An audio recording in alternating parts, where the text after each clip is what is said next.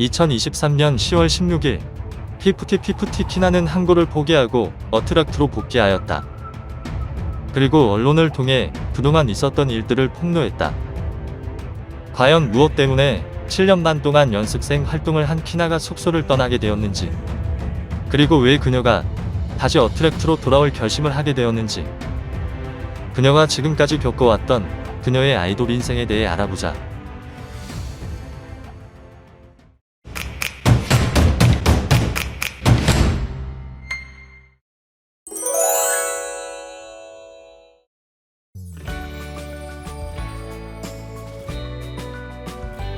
피프티의 멤버 키나는 2002년 7월 9일 대전광역시 동구에서 태어났다.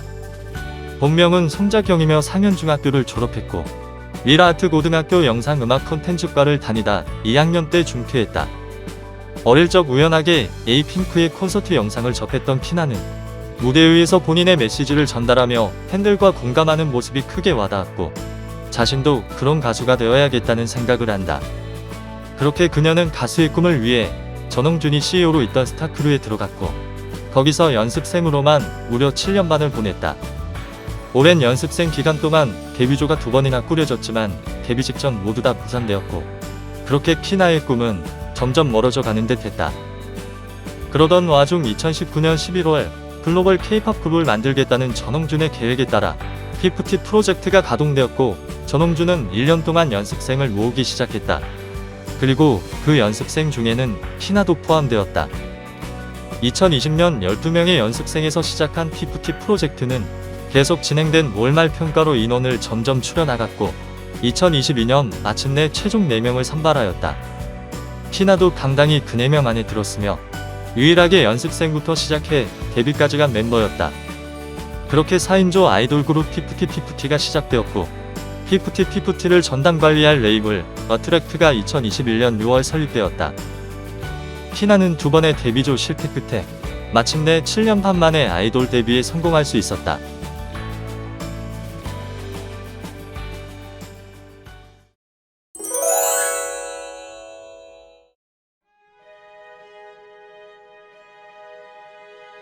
피프티는 데뷔하자마자 눈부신 성과를 내며 K-팝의 새로운 역사를 썼다. 싱글 큐피드가 빌보드 글로벌 차트 정상에 오른 것은 물론 빌보드 핫100 차트에 25주 연속 차트인에 성공하며 K-팝 걸그룹 역사상 최장기간 기록을 세웠다. 국내와 해외의 많은 팬들은 피프티에 열광했고 그렇게 피프티는 중소기업 아이돌의 신화를 써내려갔다. 하지만 사실 이때부터 피프티는 무언가 삐걱거리고 있었다.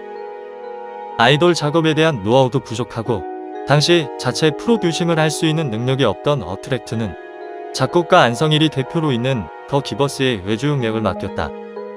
전홍준은 안성일을 신뢰해서 피프티 프로듀싱 전부를 맡겼고 자신은 열심히 투자자들을 만나며 투자금을 받아내는 데 최선을 다했다. 하지만 안성일은 그런 전홍준의 신뢰는 아랑곳 없이 뒤로는 은밀히 피프티와 그 부모들을 가스라이팅하고 있었다. 안성일은 키나를 비롯한 멤버들에게 큐피드의 성공은 모두 자기가 한 일이라고 자랑했고 자기가 빌보드 순위를 올렸다고 말했다. 그러면서 한편으로는 전홍준과 일하면서 너무 힘들다. 어트랙트가 돈이 없어서 대금이 밀린다. 큐피드 뮤비도 내 돈으로 먼저 진행했다. 라며 전홍준과 어트랙트를 계속 깎아내렸다. 그렇게 멤버들의 불안감을 증폭시킨 안성일은 전홍준이 워너의 200억 바이아웃 제안을 거부하자 이를 멤버들에게 전하며 워너 레이블을 통해 너희들이 더 많이 해외에 나갈 수 있었는데 전 대표의 결정이 이해할 수 없다 라고 비난했다. 이런 가스라이팅을 통해 멤버들은 점점 전홍준에 대한 신뢰를 잃어갔다. 7년 반 동안 전홍준 밑에서 연습생을 했던 키나마저 그렇게 생각할 정도였다. 하지만 거기서 끝이 아니었다. 안성일은 멤버의 부모들에게도 연락해서 전홍준 대표가 크게 투자를 받길 원하고 그 투자금은 고스란히 아이들의 빚이 될 거라고 말했다. 키나의 부모 역시 이런 안성일의 말을 듣고 우리 딸이 빚더미에 올라가는 게 아닌가 하고 불안해했다. 그렇게 멤버들과 멤버 부모들의 불안감을 부추긴 안성일은 가처분 소송을 제안했고 결국 피프티는 어트랙트와의 계약을 해지하는 가처분 소송을 진행하게 되었다. 안성일은 이런 일은 최대한 몰래 비밀리에 진행해야 한다고 말했고 그렇게 멤버들이 전홍준과 어트랙트와 연락하는 걸 막았다. 키나 역시 전홍준 대표에게 진실을 알아볼 생각은 하지 않고 다른 멤버들과 함께 몰래 숙소를 허겁지겁 떠났다. 이는 지금 생각하면 정말 최악의 선택이었다.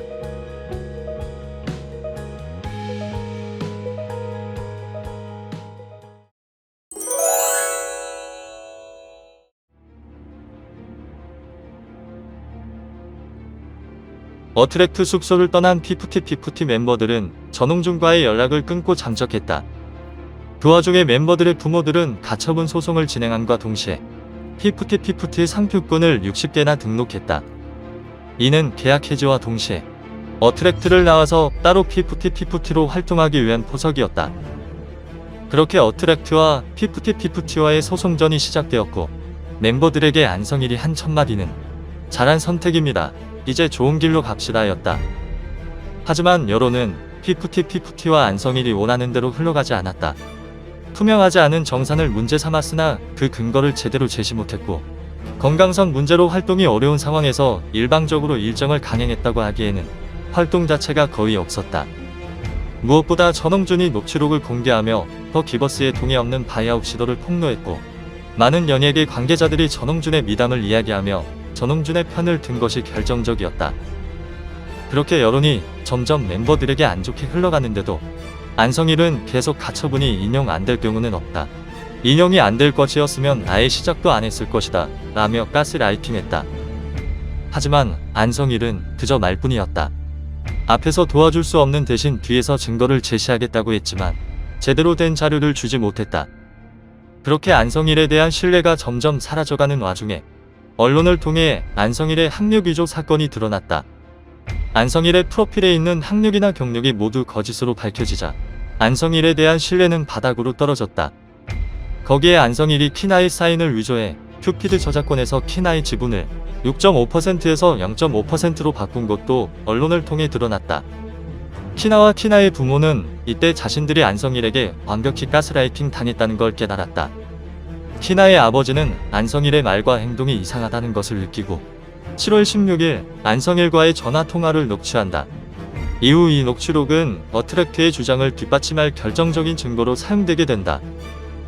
키나 역시 자신이 잘못된 행동을 했다는 것에 대해 뼈저리게 반성했고 가처분 판결이 나기 전이었던 7월부터 멤버들에게 어트랙트로 돌아가자고 설득한다. 지금이라도 전홍준 대표를 찾아가 용서를 빌고 어트랙트에서 다시 피프티로 활동하자고 설득했다. 만약 그때라도 키나의 설득대로 어트랙트로 돌아갔다면 상황은 잘 수습되었을 것이다. 하지만 다른 3명의 멤버는 키나의 설득을 무시했다. 심지어는 소속사 복귀 조건으로 전홍준 대표를 아예 보지 않게 해달라고 하는 말도 안 되는 조건을 내걸기도 했다. 이를 전해 들은 전홍준 대표는 마음이 아파 매우 힘들어했다고 한다. 키나의 부모 역시 다른 멤버 부모들을 설득하기 위해 애썼다. 하지만 이 역시 쉽지 않았다.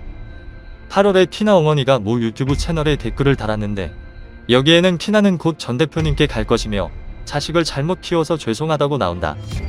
그리고 덧붙여 다른 부모들하고는 전화번호를 모르고 서로 차단했다라는 내용이 나온다.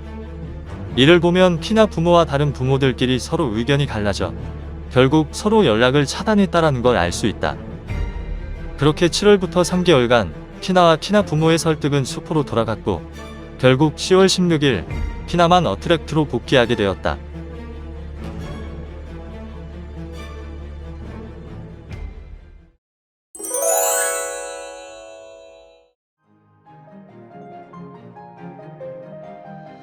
(10월 16일) 키나는 전속계약 효력정지 가처분 신청 기각에 대한 항고 취하서를 제출하고 어트랙트의 전홍준 대표를 만났다.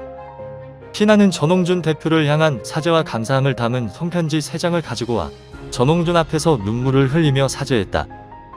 전홍준은 키나에게 나도 내가 미워 예뻐 보이진 않아.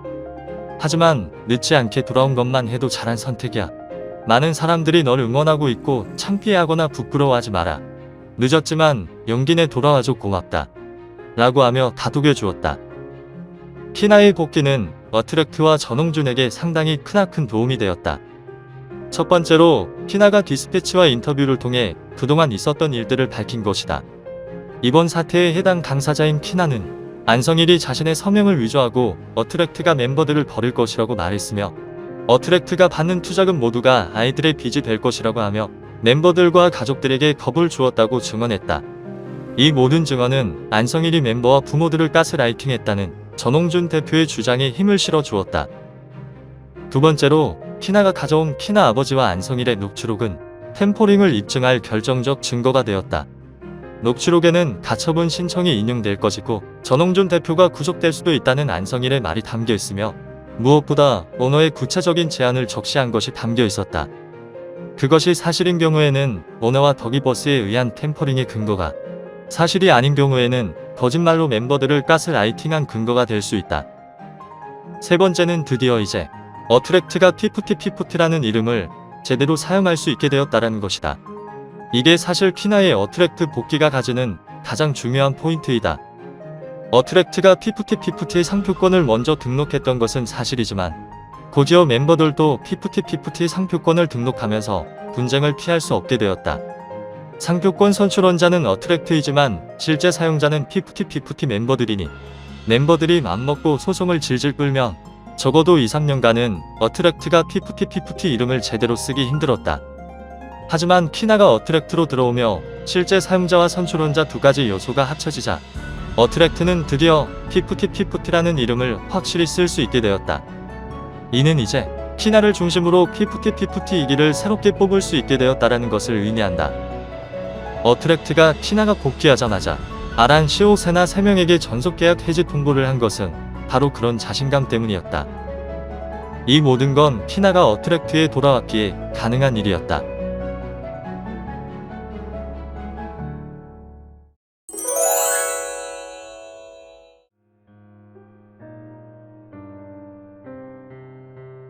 (10월 23일) 어트랙트는 아란 시오세나와 전속계약 해지를 발표하며 다음과 같이 입장문을 냈다.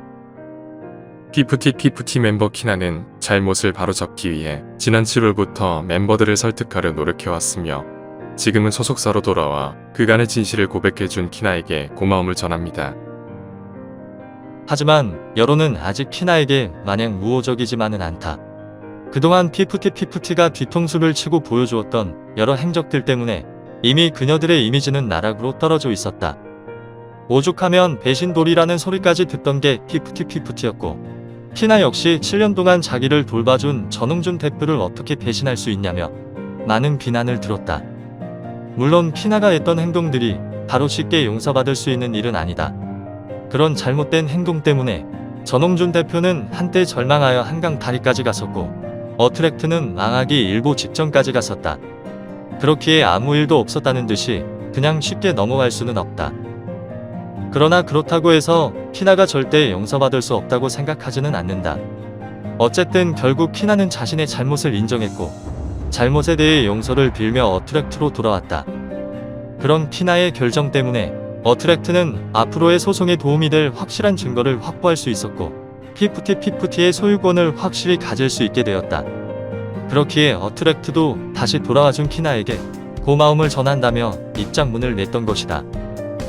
그리고 또 정말로 키나를 절대 용서하지 않는다며 키나의 설득에도 불구하고 끝까지 돌아가지 않은 다른 3명의 멤버들은 자신의 그런 결정이 결국 옳았다고 생각할 것이다. 반성하고 돌아가봤자 어차피 대중들에게 용서받지도 못할 텐데 그냥 안 돌아가고 끝까지 어트랙트와 소송전하는 게 더 낫다라며 자기 합리화할 것이다. 그 3명의 멤버들이 자신들의 선택을 뼈저리게 후회하도록 만들기 위해서라도 자신의 잘못을 뉘우치고 용서를 빈 키나에게 한 번쯤은 더 기회를 줘도 좋지 않을까. 지금 피프티는 2023 빌보드 뮤직 어워즈에서 2개 부문의 후보로 올랐고 키나가 이 빌보드 어워즈에 피프티를 대표하여 참가하기로 결정되었다. 그리고 이와 더불어 어트랙트는 1기 멤버 키나에 새로운 멤버 3명을 추가해 다시 4인조로 피프티를 재정비하겠다고 발표했다. 키나와 함께 새롭게 시작되는 피프티가 다시 K-팝의 새로운 전설을 써내려가기를 바라며 영상이 마음에 드셨다면 좋아요, 구독 부탁드리며 재미있게 봐주셔서 감사합니다.